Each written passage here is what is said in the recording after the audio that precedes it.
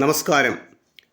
ഐക്യരാഷ്ട്രസഭയുടെയും അന്താരാഷ്ട്ര സഹകരണ സഖ്യത്തിൻ്റെയും നിർദ്ദേശപ്രകാരം ലോകത്താകമാനമുള്ള സഹകരണ സ്ഥാപനങ്ങൾ 2024 ജൂലൈ 6 102ാമത് അന്താരാഷ്ട്ര സഹകരണ ദിനം ആഘോഷിക്കുകയാണ്.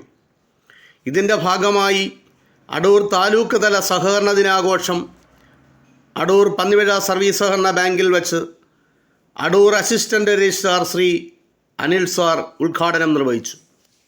അടൂർ പന്നിവിഴ സർവീസ് സഹകരണ ബാങ്കിൻ്റെ പ്രസിഡന്റ് ശ്രീ സുരേഷ് ബാബു പതാക ഉയർത്തി. ബാങ്കിൻ്റെ സെക്രട്ടറി ശ്രീ MJ ബാബു പ്രതിജ്ഞ ചൊല്ലി. ബാങ്കിലെ ജീവനക്കാരും സഹകാരികളും ഭരണസമിതി അംഗങ്ങളടക്കമുള്ള വലിയൊരു ജനവിഭാഗം ഈ വാരാഘോഷത്തിൽ പങ്കുകൊണ്ടു. ഐക്യരാഷ്ട്രസഭയുടെ നിർദ്ദേശപ്രകാരം സഹകരണ സ്ഥാപനങ്ങൾ എല്ലാവർക്കും മികച്ച ഭാവി കെട്ടിപ്പടുക്കുന്നു എന്നതാണ് ഈ വർഷത്തെ പ്രമേയമായി തിരഞ്ഞെടുത്തിരിക്കുന്നത്.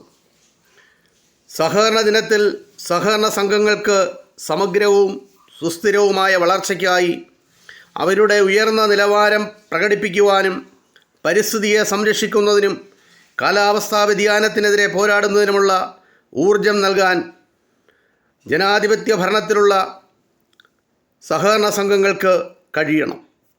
പങ്കിട്ട ഉടമസ്ഥത, ആശയവിനിമയം, ജനാധിപത്യ ഭരണം എന്നിവയിലൂടെ സഹകരണ സ്ഥാപനങ്ങൾ സമാധാനത്തിനും സുസ്ഥിരതയ്ക്കും മാതൃകയായി മാറുകയാണ്.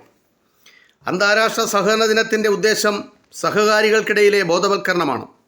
സഹകരണ പ്രസ്ഥാനങ്ങൾക്ക് ഇന്ന് നാം നേരിടുന്ന വെല്ലുവിളികൾ അതിജീവിക്കുവാനും പൊതുപ്രശ്നങ്ങൾ രാജ്യാന്തര ശ്രദ്ധയിലേക്ക് കൊണ്ടുവരുവാനും ഈ ദിനം സഹായിക്കും.